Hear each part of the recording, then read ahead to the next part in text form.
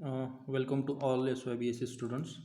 In last lecture, we have seen spices and condiments, that is cardamom. In this lecture, we are going to study about saffron, that is second. This is second spices. Uh, saffron is म्हणजे आपण मराठीमध्ये त्याला आपण केशर म्हणतो. Okay, केशर हे मसाल्याच्या पदार्थामध्ये, त्यानंतर वेगळ्या कॉन्डिमेंट्समध्ये, स्वीट डिलिशियस फूडमध्ये आणि सच नंबर ऑफ मेडिसिनल प्रॉपर्टीसुद्धा त्याला आहेत भरपूर. ओके, ते वन बाय वन आपण युजेसमध्ये आपण बघूया. First of all we will see the introduction about saffron, their scientific name. Okay, saffron is one of the oldest and certainly among the world most expensive spices.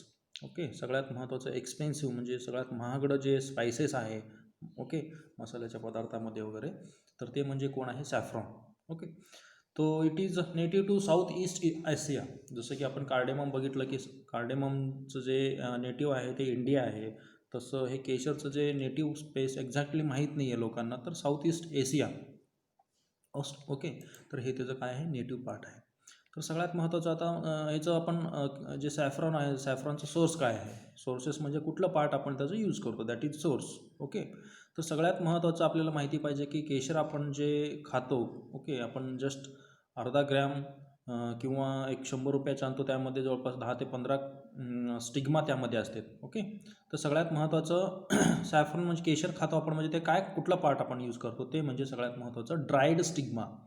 Okay, stigma हे कुठलं part आहे? Female reproductive part, ओरी, style आणि stigma. Stigma म्हणजे सगळ्यात वरचं part. Okay, female reproductive म्हणजे गायनोशियमचा वरचा पार्ट स्टिग्मा. ओके, तर फक्त ते स्टिग्मा काढतो. ओके, स्टिग्मा जे पार्ट आहे त्यामधलं ड्राईड केलेलं तेच पार्ट आपण त्या फ्लावरमधलं यूज करतो, त्याची सोर्स. आणि तेवढ्याच छोट्याशा पार्टमध्ये नंबर ऑफ मेडिसिनल प्रॉपर्टी त्यामध्ये आहेत. ओके, स्टिग्मा ऑफ त्याचं सायंटिफिक नेम आहे कॉर्कोरस सटायवस. ओके, सगळ्यात महत्त्वाचं याचं सायंटिफिक नेम काय? तर कॉर्कोरस सटायवस. त्याचं फॅमिली आहे इरिडेसी. ओके, तर त्याचे छोटे कंद वगैरे मिळते तसं कांद्यासारखे, तर ते लावायचं आणि त्यानंतर त्याच्यापासून जर्मिनेशन होऊन त्याला फ्लावर येतो. आणि त्या फ्लावरमधलं गायनोशियममधलं जे स्टिग्मा आहे ते स्टिग्मा फक्त ह्या ठिकाणी यूज होतो, त्याला मेडिसिनल प्रॉपर्टीज आहेत. ओके, तर first of all we will see the morphological characters of saffron. Okay, सॅफ्रॉनचं आपण नेक्स्ट स्लाईडमध्ये त्याचं फोटोग्राफ्स तुम्हाला दाखवेन. ओके, त्याच्यामध्ये भेसळ वगैरे कुठलं करते ते सुद्धा तुम्हाला दाखवेन. ओके, तर मॉर्फॉलॉजिकल कॅरेक्टर्समध्ये first of all will see the it is low तर मॉर्फॉलॉजिकल कॅरेक्टरमध्ये हे काय आहे? तर लो ग्रोईंग पेरेनियल, म्हणजे एकदा तुम्ही ते कंद लावलं की ते म्हणजे दरवर्षी ते कंदपासून नवीन एक झाड तयार होणार, फुटणार ते. ओके, पेरेनियल वर्षानुवर्ष ग्रो करणारं जे प्लांट असतो त्याला म्हणायचं perennial. Okay, having height of 15 to 25 centimetre, म्हणजे जवळपास 15 ते 25 सेंटीमीटर एवढा झाडाची हाईट असते ती हर्बेशियस प्लांट. नंतर underground globular com or bulbs, म्हणजे कांद्यासारखं त्याचं काय मिळते? कंद मिळते. ते कंद आपण जमिनीमध्ये लावू शकतो. आपल्या इथं कोकणात किंवा महाराष्ट्रामध्ये ते ग्रो होत नाही, तर हाय अल्टिट्यूड कूल क्लायमॅटिक कंडिशन म्हणजे काश्मीरमध्ये ते चांगल्या पद्धतीचं त्याला एक सुटेबल इन्व्हायरमेंटल कंडिशन मिळतो, त्या ठिकाणी ते ग्रो करतो. Okay, it is cultivated for its large scented or blue or lavender flower. सगळ्यात महत्त्वाचं म्हणजे काय की मोस्टली ह्याचे जे फ्लावर्स आहेत हे ब्ल्यू किंवा लेव्हेंडर कलरचे जे फ्लावर्स, ओके, त्याच्यावरती डेव्हलप होतो. The flowers have trifid. Okay, सगळ्यात महत्त्वाचं कॅरेक्टरिस्टिक फीचर्स आहे ट्रायफीड. ट्राय म्हणजे 3. Okay, 3 bright yellow red colour stigma, म्हणजे 3 असे yellow to red colour stigma त्यामध्ये प्रत्येक फ्लावरमध्ये तयार होतो. ओके, सगळ्यात महत्त्वाचं आपण ह्याच्या फ्लावरमधलं स्टिग्मा पार्ट आपण यूज करतो. ओके, आणि सगळ्यात महत्त्वाचं म्हणजे लक्षात ठेवण्यासारखं पार्ट म्हणजे केशर एवढं महाग का आहे? कारण प्रत्येक फ्लावरमध्ये आपल्याला फक्त 3च स्टिग्मा मिळते. ओके, आणि त्या 3 स्टिग्मा असे प्रत्येक फ्लावरमधून आपल्याला मॅन्युअली काय करावं लागतो? ते फोर्सेपनं असं कलेक्ट करावं लागतं, तोडून त्याला. ओके, आणि म्हणून तेवढं ते महाग आहे आणि त्याच्यामध्ये तेवढं मेडिसिनल प्रॉपर्टीसुद्धा आहे. ओके, तर 3 ट्रायफीड म्हणजे 3 येलो रेड कलरचं स्टिग्मा त्या नेक्स्ट फोटोग्राफमध्ये तुम्हाला दाखवेन स्टिग्मा कसं असतो ते. And style top having powerful exotic aroma. Okay, ह्याला भरपूर एक चांगला सेंटेड अरोमा असतो ह्याला.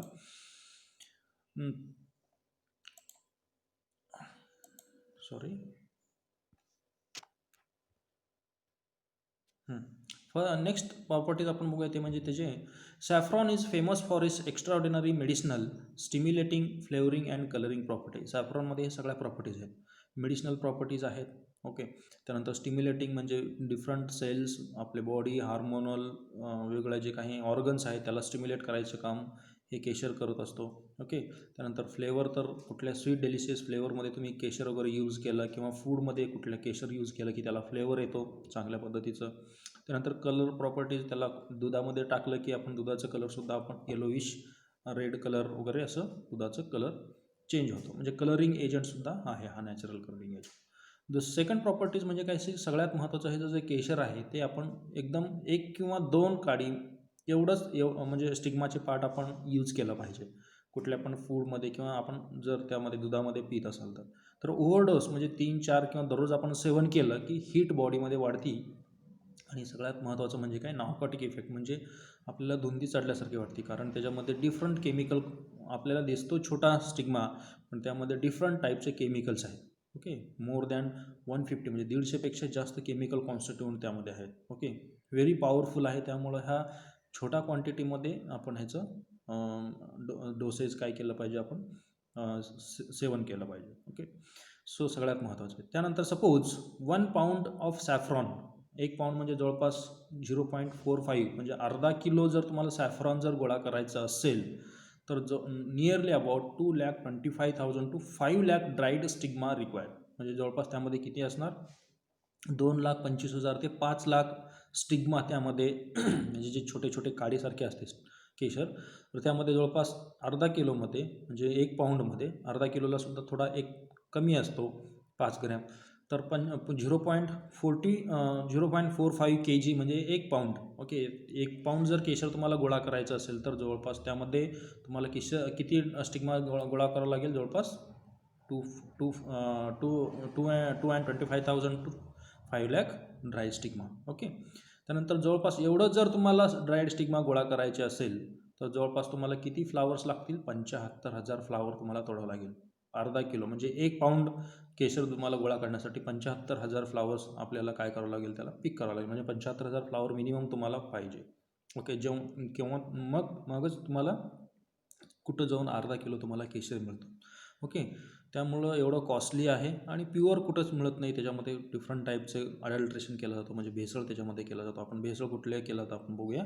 Many Times saffron is adulterated म्हणजे भेसळ केला जातो अडल्ट्रेटेड म्हणजे विथ मिडू सॅफ्रॉन. ओके. मिडू सॅफ्रॉन म्हणजे त्याचं सायंटिफिक नेम आहे कॉल्चिकम ऑटोमने. ओके. हे लिलिएसी म्हणजे हे सुद्धा सॅफ्रॉनसारखंच दिसतो but they are not true saffron.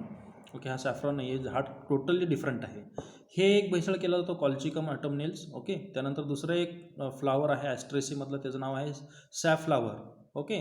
Saffron त्याचं सायंटिफिक नेम आहे कार्थ्यामस टिंक्टोरियस ॲस्ट्रेसीमधला एक आहे. ओके. हे दोन्ही काय केलं होतं भेसळ केला होता त्याच्यामध्ये. ओके. कारण हे महागडं आहे भरपूर कॉस्टली आहे त्यामुळं. Okay. You can see here this is a true saffron म्हणजे हा कॉर्कोरस सटायवा म्हणजे हा ट्रू केशर आहे म्हणजे हे ओरिजिनल केशर. हे 3 जे फ्लावर्स आपल्याला दिसते ह्या फोटोग्राफमध्ये this is original saffron. Okay. ह्याच्यामध्ये you can see here in single flower trifid मगाशी आपण बोललो 3 स्टिग्मास 1, 2, 3. ओके. असे 1, 2, 3 हाताने काय करावं लागतं मॅन्युअली त्याला तोडून घ्यावं लागतो आणि ते उन्हाळ्यामध्ये सावलीमध्ये वाळवून त्याला ते पॅकेजिंग केलं होतं नंतर त्याला मार्केटिंगमध्ये विकलं जातं. असे एका फ्लावरमध्ये आपल्याला फक्त 3 स्टिग्मा मिळतात असे प्रत्येक फ्लावरमधले स्टिग्मा आपल्याला कलेक्ट करावं लागतं. तर हे ओरिजिनल आहे सॅफ्रॉन. दुसरं ह्याच्यामध्ये जे भेसळ केला जातो हा ह्याचं जे सायंटिफिक नेम आहे कॉल्चिकम ऑटोमनेल्स. ओके. हे ह्याच्यामधलं जे स्टिग्मा आहे हे स्टिग्मा ह्याच्यामध्ये भेसळ केला जातो. आणि दुसरं एक फ्लावर आहे हे ॲस्ट्रेसीचं. ओके.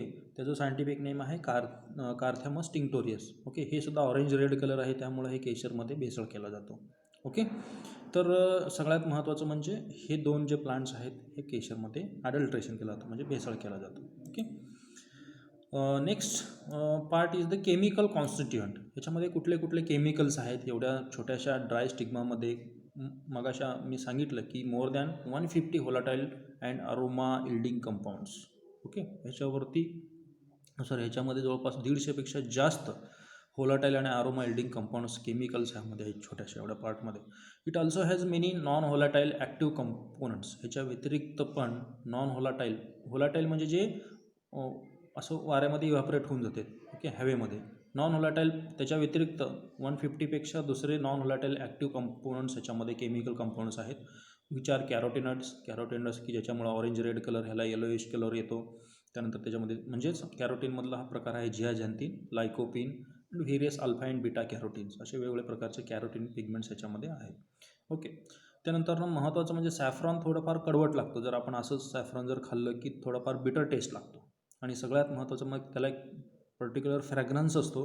ते फ्रॅग्रन्स कशामुळे येतो तर त्याच्यामध्ये केमिकल असतं, त्याचं केमिकलचं नाव आहे पिक्रोक्रोसिन अँड सॅफ्रॅनॉल. हे 2 केमिकल त्यामध्ये असतात की त्याच्यामुळे त्याला तो कडवट लागतो आणि त्याला एक सेंटेड असा पेक्युलर वास येतो, फ्रॅग्रन्स येतो. ओके. त्याच्या व्यतिरिक्त another chemical constituent that is alpha Crocin. Okay. Alpha Crocin नावाचं एक केमिकल कॉन्स्टिट्यूंट त्यामध्ये असतो की ज्याच्यामुळे त्याला रिच गोल्डन येलो कलर येतो. ओके. हे रिच गोल्डन येलो कलर दिसण्यामागचं कारण काय की त्याच्यामधला हा अल्फा क्रोसिन नावाचा एक केमिकल असतो की ज्याच्यामुळे केशरला असा रिच गोल्डन कलर दिसतो. Okay. Next last part that is uses of saffron. First म्हणजे ह्याचं यूज जे केलं जातो ते म्हणजे कलरिंग. ओके. डिफरंट फूड जे आहेत किंवा मिल्क आपण जे लिक्विड सेवन करतो, दूध वगैरे, तर त्याच्यामध्ये कलर येण्यासाठी वगैरे. नंतर त्यामध्ये सगळ्यात महत्त्वाचं म्हणजे हे वुमनसाठी, प्रेग्नंट वुमनसाठी सगळ्यात हायली मेडिसिनल प्रॉपर्टी आहे. पण फक्त एकच किंवा 2 मॅक्झिमम स्टिग्मा ह्याच्यामध्ये आपण ह्याचं कंझ्युम केलं पाहिजे. ओके. कलरिंग एजंट आहे, फ्लेवर येतो. त्यानंतर garnishing agent in exotic sweet and delicious food, म्हणजे जे काही बेकरी किंवा स्वीट पदार्थ आहेत, सगळ्या प्रकारचे जे स्वीट डिशेस आहेत, तर त्या स्वीट डिशेसमध्ये ह्याला फ्लेवर, कलर येण्यासाठी वगैरे, ह्याला टेस्ट येण्यासाठी डेलिशियस फूडला वापर केला जातो केशरचा. ओके.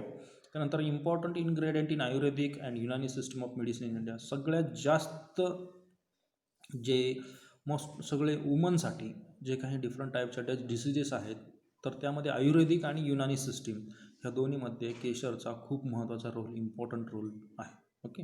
भरपूर असे मेडिसिन्स आहेत की ज्याच्यामध्ये केशरचा यूज केला जातो मेडिसिनल ड्रग्समध्ये वगैरे. Okay. Next uses is it is utilized as an effective abortifacient. Okay. सगळ्यात महत्त्वाचं म्हणजे काय, ॲबॉर्टिफिशियंट म्हणून याचा यूज केला जातो. And in the treatment of fever, ताप, ओके, मेलॅनकोलिया, डायरिया प्रॉब्लेम असेल, डायजेशन प्रॉब्लेम असेल, नंतर युटेरिन ट्रबल वगैरे जर असतील, डायबेटीज पेशंटला लिव्हर, स्प्लीन इनलार्जमेंट वगैरे. Okay.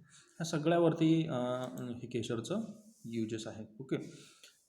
Next it is a strengthening agent or tonic for the heart and brain. सगळ्यात महत्त्वाचं म्हणजे काय, हार्टला स्ट्रॉंग करण्याचं. काही लोकांचं हार्टमधले जे मसल्स आहेत ते वीक पडत आहेत, त्याला स्ट्रॉंग करायचं काम हे केशर करतो. आणि ब्रेनची जी डेव्हलपमेंट आहे, ओके, स्ट्रेंथनिंग ऑफ ब्रेनची ॲक्टिव्हिटी जी आहे हे सुद्धा स्टिम्युलेट करतो. Okay. So you can see here, म्हणजे अशा पद्धतीचं हे जे काही फ्लावर्स आहेत हे पिक केला जातो, हँड पिक केला जातो. आणि त्याच्यामधले हे 3 स्टिग्मा जे आहेत हे प्रत्येक फ्लावरमधलं असं मॅन्युअली कलेक्ट केलं जातो. आणि अशा पद्धतीचे हे सॅफ्रॉन जे आहे ते हार्वेस्टिंग केलं जातं. Okay. So this is regarding the saffron. Okay. In next lecture will discuss about